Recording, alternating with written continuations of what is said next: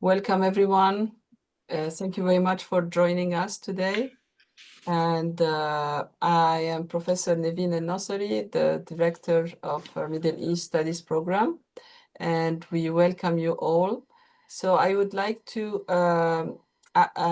invite you all, if you are here in Madison, to join us for our last event for the semester on December 4th.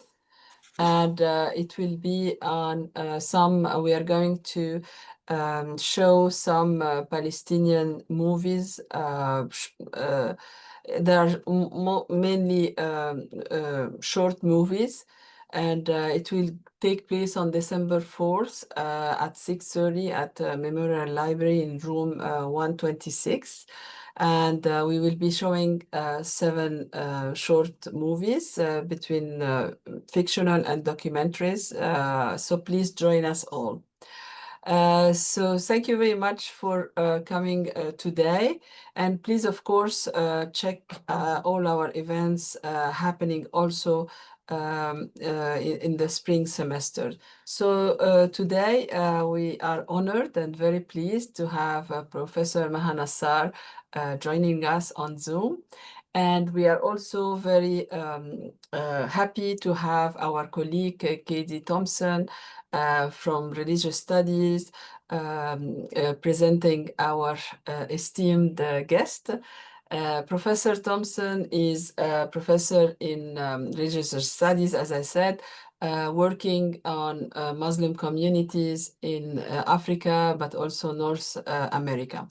So without further ado, I will give the floor to Professor Thompson to introduce Professor Maha Nassar. And of course, as you all know, we will give Professor Maha Nassar about 45 minutes for her presentation, and then we will open the floor to Q&A, and Professor Thompson will be the one moderating the talk. And you are also welcome to raise your hand if you can use this feature, or even open the mic for the questions. Otherwise, you are always welcome to write your question in the chat feature. So thank you very much all for coming. And Professor Thompson, Katie, go ahead. Thank you, Naveen. Welcome, everyone. I'm happy to introduce, is my audio is on? Yes, you can hear me? Okay.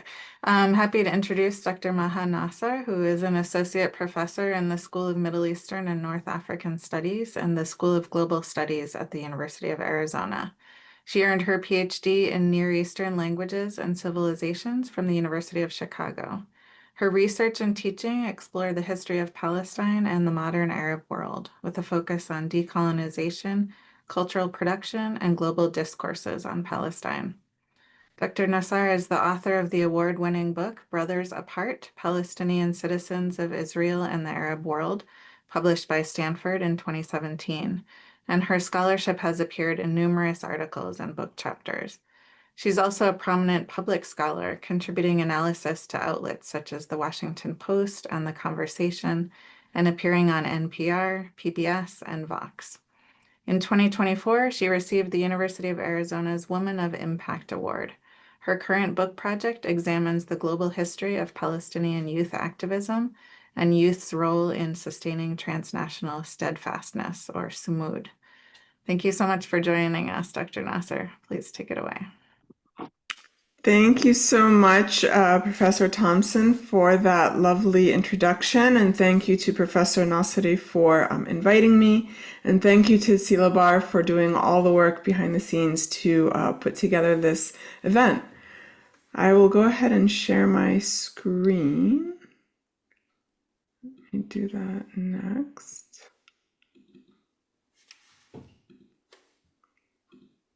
All right, so hopefully you can all see my slides. So thank you again to all of you for joining me and us at this busy time of the semester. It's really an honor to be with you today, especially amid these unprecedented and challenging times.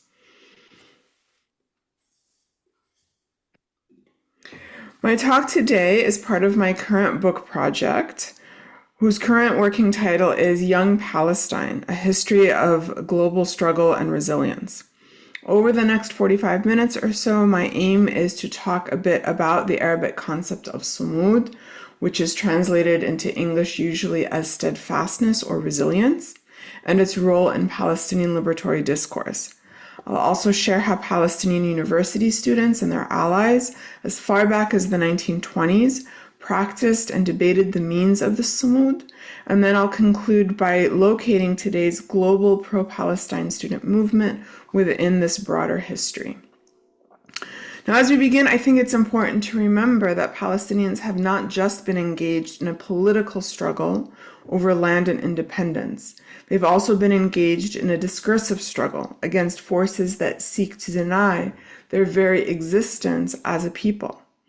Many of us are old enough, I know I am, to remember when people would say very matter-of-factly, there's no such thing as the Palestinian people.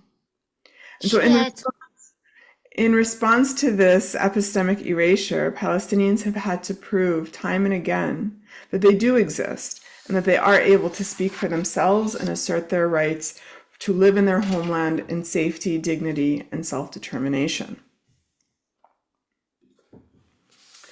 Sumud, resilience or steadfastness, is an Arabic word that has a rich history in Palestinian culture. Dr. Samah Jabr, a Palestinian psychiatrist and writer, defines sumud as the unwavering Palestinian commitment to remain on their land, resist oppression, and maintain their cultural identity. In contrast to Western concepts of resilience that focus on individual coping mechanisms, sumud is collective and proactive. It involves not only dealing with adversity, but actively resisting and challenging the structures of oppression that undergird it. In my current book project, I excavate Palestinian writings to follow the transnational journeys of sumud over the past century. Through a careful mining of the historical press, memoirs, and oral histories, primarily in Arabic and English, I introduce 4 spheres of sumud that shed light on the multiple scales at which Palestinians enacted and practiced sumud. The first is a personal sphere, that is, the struggle to move through the world as a Palestinian, often separated from family, exiled from land, and subjected to multiple layers of repression, denial, and erasure. This sphere is embodied in the popular saying, "To exist is to resist." Second is the community sphere, where Palestinians preserve and pass down knowledge about their people and ties to their land, as through educational, cultural, and heritage projects. Third is the civic sphere, where Palestinians engage in protests, solidarity campaigns, and media projects. And fourth is the international sphere, where Palestinians press their case on the global stage. Now, when I started this book project, I did not set out specifically to write about young people or even about students. When I embarked on this project many years ago, I really wanted to understand better how, in the face of repeated setbacks, Palestinians reconstituted themselves time and again and reasserted their demand for national liberation. And what I found was that, time and again, it was Palestinian young people, primarily those between the ages of 18 and 39, who were so often at the forefront of this struggle. And they often constituted themselves self-consciously as students, as you see in this picture from the Arab Palestinian Student Congress of 1930. I was struck further by how much of this struggle has taken place on and around university campuses, often led by Palestinians and their allies, helping us gain a clearer understanding not only of the Palestinian struggle, but also on the role of the Palestine cause in institutions of higher education and lessons that we can draw today. But first, some historical background. Around 1900, the people of Palestine lived under Ottoman rule. About 85% were Muslim, 10% Christian, and 5% Jewish. In towns and cities, especially Jerusalem, they had become shared urban spaces where Muslims, Christians, and Jews lived and often celebrated together. Literacy rates were low, but rising slowly. Following the 1908 Young Turk Revolt, educators and journalists in Palestine wrote books and published newspapers that stressed their people's connection to Palestine, or Palestine in Arabic, a geographical entity with a long history that stretched between the Jordan River and the Mediterranean Sea. They also stressed pride in Arab heritage and the need to forge their own political path in concert with their fellow Arabs. This project of political independence gained added urgency as they saw European Jewish colonies being established in Palestine. Now, it's crucial to remember that for centuries, people of all faiths had been moving to and settling in Palestine. That included many Jews. But in contrast to these earlier patterns of migration and these earlier immigrants who melded into the pre-existing multicultural society, these new settlers who called themselves Zionists were busy buying land and expelling Arab tenant farmers. And they also talked about transforming Palestine into a Jewish national home and transferring the native Arab population across the Jordan River. On November 2nd, 1917, with World War I still raging, British Foreign Secretary Lord Arthur Balfour issued the Balfour Declaration, promising British government support for the establishment of a Jewish national home in Palestine, while ignoring the political rights of Palestine's native Arab population. It was what historian Rashid Khalidi calls the first declaration of war on Palestine. The Balfour Declaration also directly contravened the hopes and aspirations of Arabs who sought an independent, unified state that included Palestine. In 1919 and 1920, the Syrian Arab Congress, comprised of intellectuals and activists from Palestine, Syria, Lebanon, Jordan, and Iraq, convened in Damascus. They issued a declaration of independence and began ratifying a constitution that envisioned a state with a constitutional monarchy, democratically elected parliament, and equal rights for all its citizens, regardless of religion.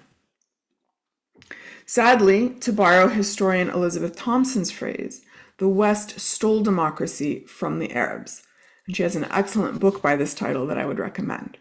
The West stole democracy from the Arabs because instead of honoring their wishes for unity and independence, the British and French divided up Arab lands and placed them under mandatory rule. It was essentially colonialism by another name, and Arabs across the region spent the next 3 decades fighting for national independence. Now, British support for a Jewish national home in Palestine left the Arabs in Palestine in a unique bind. If they fought the terms of the mandate, they faced the wrath of the British military. But if they agreed to the terms of the mandate, they would be acquiescing to their own political annihilation. Now, typical of colonial powers, the British and French allocated only meager resources for higher education. They had no interest in cultivating an educated elite that could mobilize against them and call for freedom. So smart, ambitious students in the region sought entry to the most prestigious private institution of higher education at the time, the American University of Beirut. The American University of Beirut, or AUB, was founded by Protestant missionaries and chartered in New York in 1866. The institution's initial aim of proselytization soon gave way to the goal of producing Western liberal subjects. The language of instruction was English, and the focus was on professional development. Many of the leading doctors, diplomats, and business people of the time, and still today, are AUB graduates. Their embrace of Western liberal values led them to move seamlessly between European, American, and Arab professional milieus. But some students felt a tension between these cultural norms. In 1918, amidst the hope of an independent constitutional Arab state, a group of AUB students founded a student club called Al-Urwa Al-Wuthqa. If that name sounds familiar to some of you, it was indeed named after the Egyptian cultural revivalist journal of that same name, and like it was inspired by ideas of the Arab Nahda, or cultural revival. As one of the student founders explained, in an environment dominated by American culture and English language, quote, "We felt it was our only outlet in the university for our national identity and language, unquote.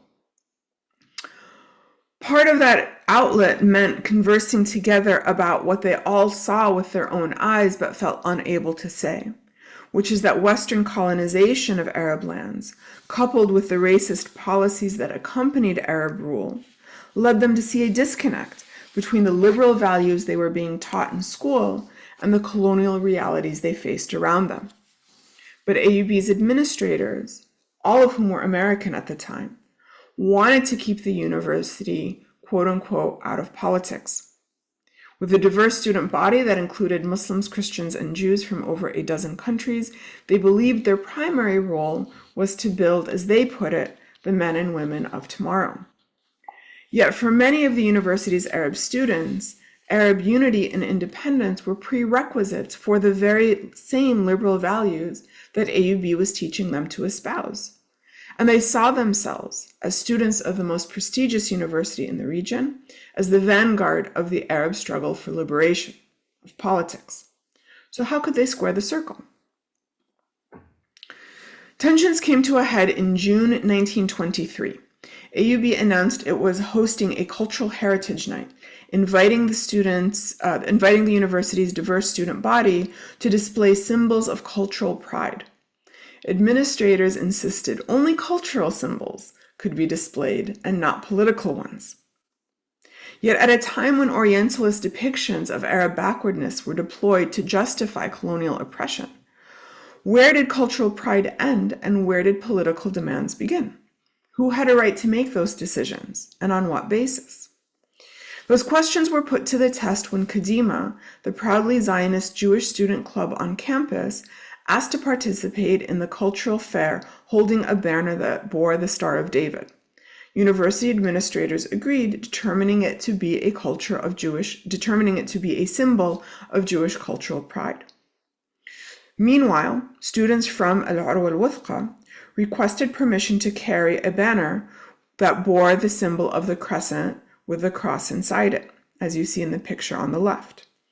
Hoisted during Egypt's 1919 revolutionary uprising against British colonial rule, to Arabs across the region, it symbolized Arab cultural revival, religious coexistence, and anti-colonial freedom. AUB's administrators denied their request, claiming it was a political rather than a cultural symbol. The students appealed, asking why Kadima could bear a nationalist symbol when they could not. The university doubled down and threatened them with expulsion if they defied the ban. That threat must have carried extra weight because many of Al-Urwa al-Wuthqa's members, including most of its Palestinian students, were there on government scholarship. If those students were expelled, not only would they be deported from Lebanon, but they would also have to pay back their scholarship money their families did not have. After what must have been an agonizing discussion, the students appeared to abide by the ban. Despite the ban, or perhaps because of it, that November, Al-Urwa al-Wuthqa launched a student publication that also bore the same name, Al-Urwa al-Wuthqa, which, by the way, means the firmest bond. It's a phrase taken from the Quran that also symbolizes Muslim and Arab cultural unity.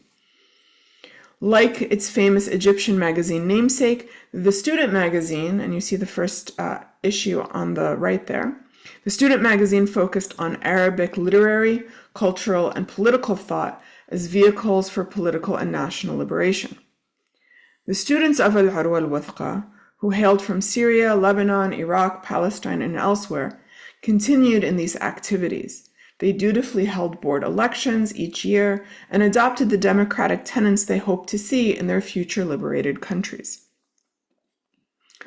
Over the next several years, as Arabs across the Mandates fought for national liberation, Al-Urwa al-Wuthqa's membership grew. Students were drawn to the group's pan-Arab camaraderie and political work. Together, they launched mutual aid campaigns for the wounded, widowed, and orphaned victims of colonial violence across the region. And they continued to protest that violence and the repression that accompanied it, whether in Syria, Iraq, or increasingly in Palestine. They were guided by their faculty advisor, the pioneering Syrian intellectual Constantin Zureikh. He's seated at the bottom there towards the middle wearing glasses. Zurek, after graduating from AUB in the 1920s, had obtained his PhD from Princeton and returned to AUB as a history professor. And he would go on to pen some of the most influential treatises on Arab nationalism in the 20th century. And so I want you to remember Professor Zurek, because we're going to come back to him. Now this picture shows a membership that it was almost exclusively male. But female students were also drawn to the cause of Arab unity and to al-Urwa al-Wuthqa, as we will see in a moment. Where's my cursor? There it is. As we see now. One of those students was Hala Sakakini. Born in 1924 to a Palestinian Christian family in Jerusalem, Hala enrolled in AUB in 1942. With World War II raging, students who normally would have traveled to Europe or the US for college could no longer do so. So AUB was packed with ambitious and well-educated young men and women from Lebanon, Syria, Egypt, Sudan, Iraq, Saudi Arabia, and of course Palestine. In her memoir, Hala recalls the thrill of hearing such a panoply of Arabic dialects mixing together so easily on campus. But with every one of their respective countries under colonial or semi-colonial rule, Hala and her friends recognized that as long as they were banned from electing their own leaders and controlling their own affairs, they would not be able to lead their societies towards a better future. This meant that while students' dialects may have differed, their discussions often centered around one theme: Arab political unity as a means of independence. They would stay up late at night discussing the best means of this independence, whether it should be a federation or a confederation, what would be the role of women, what would be the role of religion, what part should educated men and women play in those future societies. A free Palestine was at the heart of that imagined future.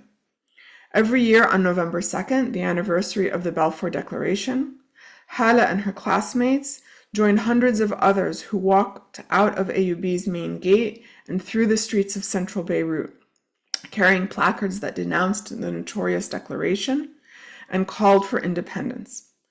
Hala recalls on that day, quote, "Every Arab became a Palestinian," unquote.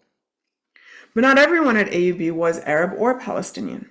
Hala records in her diary a tense exchange that she had one day with a group of European Zionist students, classmates of hers who were daughters of Jewish settlers in Palestine. Hala had just come back from protesting the Balfour Declaration and was sitting down to lunch. A student at her table in the dining hall, Margot, replied rather dismissively, "I think most students strike out of laziness." Hala tersely replied, "That's what you like to think." Another student, Tova, chimed in, "When one comes to the university, one should only come to study." Hala retorted, "Do you think it's right when one is a university student to cut oneself off from the rest of the world?" Tova replied, "Well, you struck. Tell me, what did it help?" Hala held her ground. "At least when I strike, I show that I do not accept this Balfour Declaration."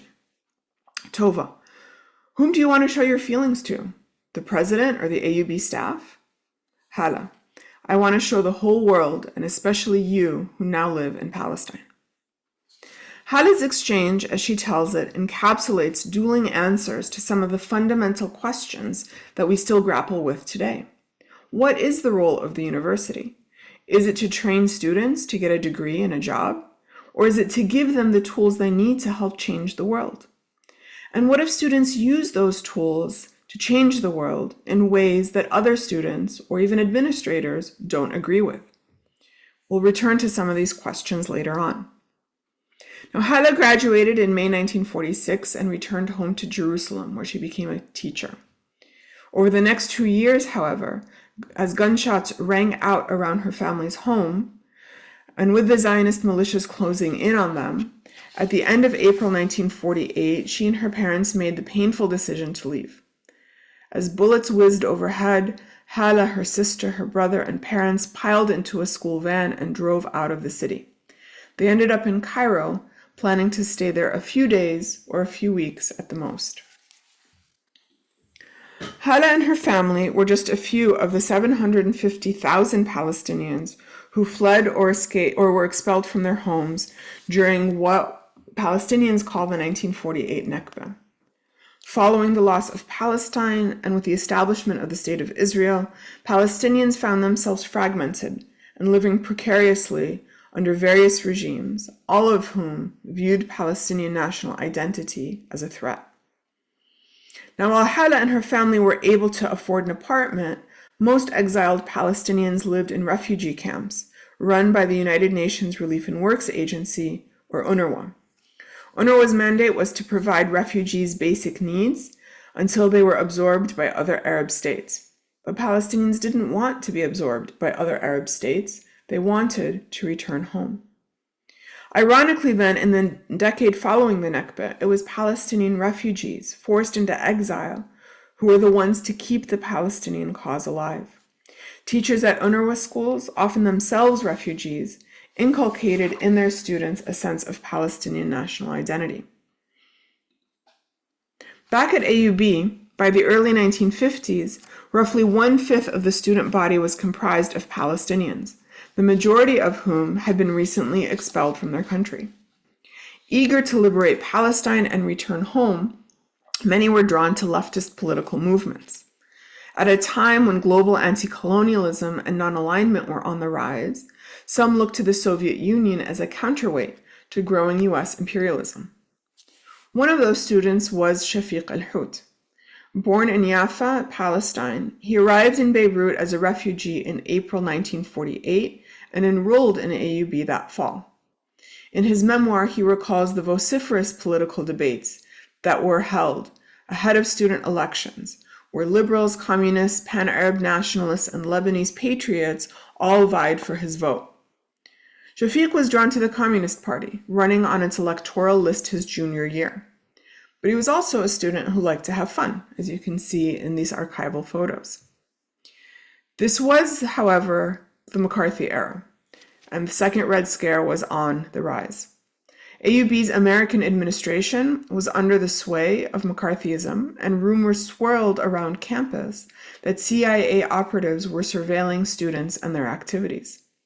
Moreover, the Lebanese government was firmly opposed to pan-Arab and leftist politics, further jeopardizing those engaged in them. Shafiq discovered this firsthand when he was called one day in 1952 to the vice president's office. The vice president, Archie Crawford, told Shafiq that his, quote, undesirable activities, unquote, could lead to, quote, unrest and provocation, unquote. Before al-Hout had a chance to reply or answer the charges, 2 police officers leapt out from behind the curtain in Crawford's office and arrested him. But with no evidence of illegal activities, the Lebanese authorities were forced to release him after 1 week in prison. Shafiq's travails were not over, however. He was called in for disciplinary hearings afterward, and AUB suspended him for 1 year, allowing him to re-enroll only on the condition that he cease all political activity for the remainder of his time at AUB, which he did. In a way, Shafiq was lucky. He was originally slated for expulsion from the university and deportation from the country, as was the fate of many of his classmates. His Lebanese contacts helped get his sentence lowered, but as I said, 60 of his fellow AUB classmates who were active in leftist politics were not so lucky. Their student visas were revoked and they were deported to their home countries. Now, while leftist students were especially targeted at this time, the pan-Arab nationalists of Al-Urwa al-Wuthqa didn't fare much better. In 1954, Al-Urwa al-Wuthqa was suspended after the group held an unauthorized protest against the US's Cold War military alliance that it was seeking at the time, known as the Baghdad Pact. That fall, so the suspension happened in April 54, that fall, the group dutifully held their board elections once again, open to all 146 voting members, and they sought to resume their activities. The university told them they would only be readmitted as a formal student club if they adopted a line in their constitution that stated that they would abide by the, quote, text and spirit, unquote, of all university rules. They argued such a line was unnecessary, given that they already had similar language in their original constitution. Throughout November and December 54, back and forth between the club and the administrations, their activities precisely are unclear in the sources. Then in January 1955, Turkish Prime Minister Adnan Menderes came to Lebanon to advocate for the Baghdad Pact. He was a key supporter of that and was pushing the Lebanese administration, the Lebanese government, to adhere to it. This was a NATO-like alliance that Arab nationalists felt would put Lebanon and other Arab countries in the back pocket of the United States, and whereas they wanted to be non-aligned. So they saw the Baghdad Pact as a tool of Western imperial domination, and therefore the students held a protest, as you might imagine.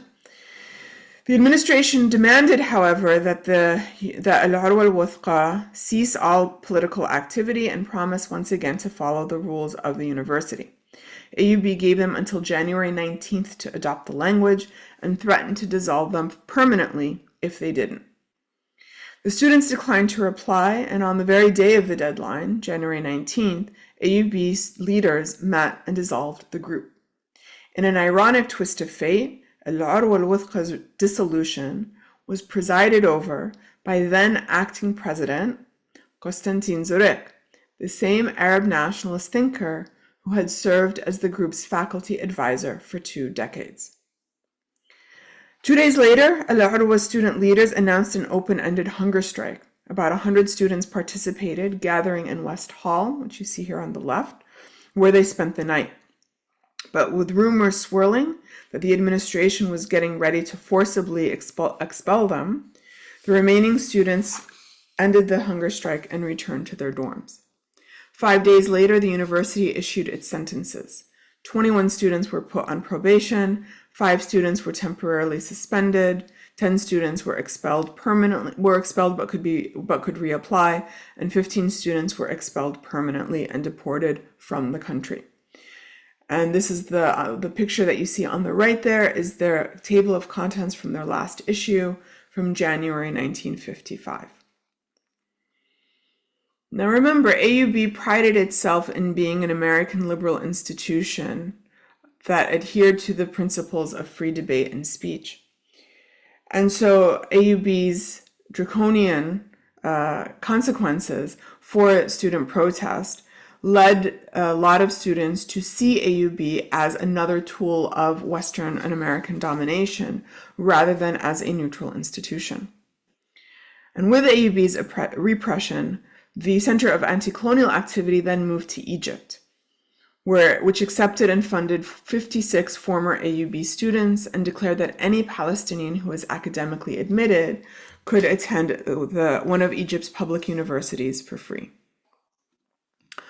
One of those students was Sahaba al-Barbari. Born in Gaza City to a well-off Muslim merchant family, her parents valued education and encouraged Sahaba, along with her 4 sisters and 2 brothers, to obtain university degrees.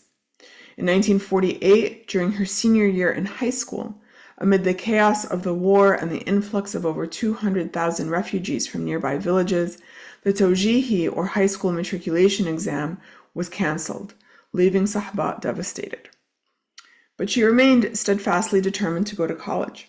She moved to Cairo with her family and graduated high school in Egypt a year later. In 1953, she received a full scholarship to attend Cairo University, Egypt's leading flagship institution.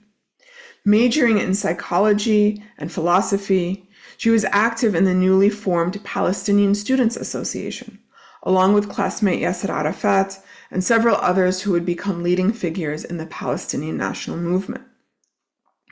As we saw with the cases of Hala Sakakini and Shafiq al-Hout, Sahaba likewise remember staying up late into the night, enthusiastically debating the merits of nationalist, communist, and Islamist ideologies with her friends. The sense we get from her recollections, selective though they may be, was that these college students were trying to discern the best means of liberating their countries, all of which remained under colonial or semi-colonial rule.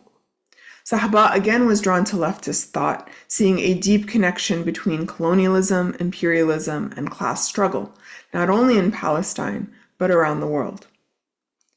Yet Sahba's political organizing too was soon curtailed. In 1954, Egyptian President Gamal Abdel Nasser banned all political parties except his own. Sahba began noticing members of the Egyptian intelligence following her. Unlike Al-Hout, she was never arrested or called in for interrogation, but she did become more circumscribed in her political activities. Despite such restrictions, Sahba recalls her university days fondly, as a time when her global horizons expanded. In 1955, she was part of a 5-student delegation that was invited to participate in the World Festival of Youth and Students in Warsaw, Poland. There, she joined 30,000 delegates from 114 global South and Eastern Bloc countries for a 2-week conference. Sponsored by the Soviet Union, the festival emphasized world peace, mutual respect, and an end to Western colonialism. Delegates showcased their country's traditions and educated each other about their respective struggles for freedom. For Sahaba and other Palestinian delegates, it helped forge a worldview that placed the Palestinian struggle for freedom within a larger dynamic of anti-colonial resistance to Western imperial and colonial exploitation. Those festivals were not only personally transformative for the students who participated in them, but they were also key sites of community building, especially for Palestinians who were scattered across the world. They became a way to transcend their geographic fragmentation, and through them, Palestinians learned to articulate themselves as both a national and transnational people. By the late 1960s, AUB had once again become a site for Palestinian student activism, once again drawing students from across the region. One of those students was Hanan Ashrawi, born to a middle-class Christian family in the West Bank town of Ramallah. A student at AUB during the 1967 June War, also known as the Six-Day War, Hanan recalls in her memoir the transformative impact of that war. She writes, quote, "With the occupation of the West Bank and Gaza, the Palestine question had hit home, literally. It was no longer my parents' legacy or an abstract historical or political concept. It became my burden, my responsibility," unquote. Amid the rise of the New Left at this time, the fervor of anti-colonial revolution, and the eruption of global student uprisings of 1968, Beirut had become a hub of Palestinian revolutionary activity. Hanan immersed herself in that work, setting up revolutionary structures, writing leaflets, talking to reporters, and escorting journalists on visits to Palestinian refugee camps in Lebanon. At a national Palestinian conference in 1969 in Amman, Jordan, she was elected as a delegate to the PLO. But such activities carried risk. Israel had declared the PLO, or Palestine Liberation Organization, as well as all Palestinian political parties, to be illegal. And when Hanan tried to return home after obtaining her master's degree in English literature from AUB, the Israelis refused to let her in. So Hanan moved to the United States. She enrolled in a PhD program in English literature at the University of Virginia in Charlottesville. Arriving in 1970, she writes in her memoir, quote, "My initial impression of the United States was that of isolation, provincialism, and newness," unquote. But she soon found her people. She became active in the anti-Vietnam protest movement, as you see in the picture on the right, particularly in May 1970, when tens of thousands of students took part in the May Day strikes against the Vietnam War. She also formed coalitions with the Charlottesville Resistance, an anti-Vietnam War group, as well as women's groups, the Appalachian Mine Workers, and the Black Student Alliance. Ashrawi's experiences represent the growing coalition building that Palestinian students in the United States were undertaking. Throughout the 1970s and 80s, Palestinian students around the country mobilized for teach-ins and cultural events to raise awareness about Palestine and their cause, to an American audience that up until that point had heard of Palestinians, if at all, almost exclusively in the context of terrorism. With the end of the Cold War, the belief in a neoliberal, globalized New World Order gained ascendance. This also corresponded with the years following the 1993 Oslo Accords, the series of agreements between Israel and the PLO that many thought would lead to a two-state solution. The 1990s was also a time of broader Gen X wariness about political activism. As a result, Palestinian student mobilization waned. With the outbreak of the Second Intifada in 2000, Palestinian students and their allies around the United States once again kicked into high gear. A new coalition of student activists, many of which adopted the name Palestine Solidarity Coalition, or Students for Justice in Palestine, were formed. Utilizing new technologies of the time, like the internet, email listservs, etc., student organizers from coast to coast organized teach-ins, engaged in protests, and screened documentaries, with a message recentered on justice and freedom for the Palestinians. So what does all of this teach us about Palestinians and higher education today? During the 2023-24 academic year, we all saw the pro-Palestine protests and encampments that rocked university campuses around the country and indeed around the world. We also saw the heated debates and eventual crackdowns that ensued. As I watched these events unfold, I was struck by the parallels that I saw between those events and the history of pro-Palestinian student activism, the history and some of the stories that I shared with you today.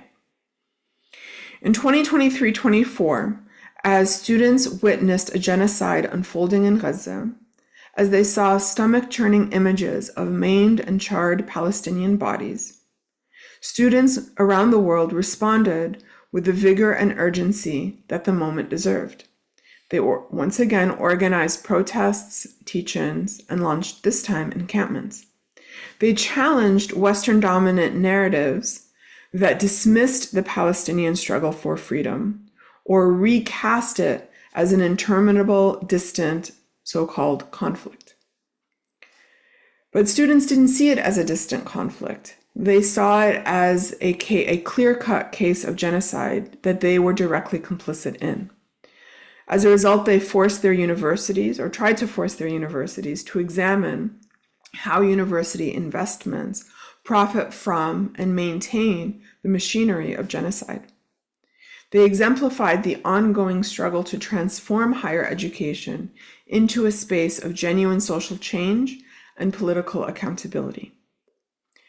Like we saw with the Arwa al-Wuthqa students, with Hala, with Shafiq, with Sahba, with Hanan, and with countless others over the past century, college students once again asked themselves, what does a truly just and free world look like? What role and responsibility do we have in shaping that world? I think Palestine resonates with so many students in the United States and around the world because it symbolizes the unfinished business of rectifying the harms of Western extraction, colonialism, and exploitation. You'll see that the Palestinian student movement did not begin with the foundation of the State of Israel in 1948, nor was it limited to Palestinians under Israeli rule. The Palestinian cause is a global cause, and students today see the links between Palestine and the ongoing global inequalities, environmental degradation, and toxic politics that are around us today. Students had hoped that their institutions would be places where these topics could be debated freely and discussed boldly. Instead, just as the students of AUB learned over 70 years ago, directly calling out and challenging government policies has limits. And even in ostensibly liberal institutions that claim to be devoted to the pursuit of truth, they have limits. We've also seen how the crackdowns on student protests in 2024 made subsequent assaults on American academic life more thinkable and more rhetorically defensible. Once universities, police, and governments treated student political expression as a discipline and security problem rather than an academic one, which is what we saw in 2024 under the Biden administration, it then became easier for the current administration to target scholars and students by using the language of safety and national security. We saw how Mahmoud Khalil, Rumeisa Öztürk, and other pro-Palestine students were arrested and nearly deported, not for what they did, but for what they said. While academics and people of conscience have been rightfully outraged at such government overreach, they have, in my view, failed to see its link to the long history of suppression of pro-Palestine student activism, a suppression that we saw most blatantly in spring 24. When institutions weaponize disciplinary, legal, and security frameworks to suppress campus dissent, they pave the way for more extreme forms of repression to emerge. At the same time, we must also remember, and this would be a reminder to students as well, that social transformation needs both heat and light. It's true that generating heat, such as through protests and direct action, is sometimes necessary to draw attention to causes that many would happily see slip under the radar. But real social transformation also requires shedding light, the slow, steady, and often thankless work away from the spotlight and even away from social media, of organizing educational events like this one, of taking the time to converse with those who hold different worldviews, and doing so even when they result in frustration. All the Palestinian student activists I mentioned today, regardless of their political orientation or location, did both heat work and light work. It's part of what has sustained the Palestinian Sumud for over a century, and it's what will give Palestinians and their allies the strength to continue pushing their cause for liberation and return. Thank you very much, and I'll stop there.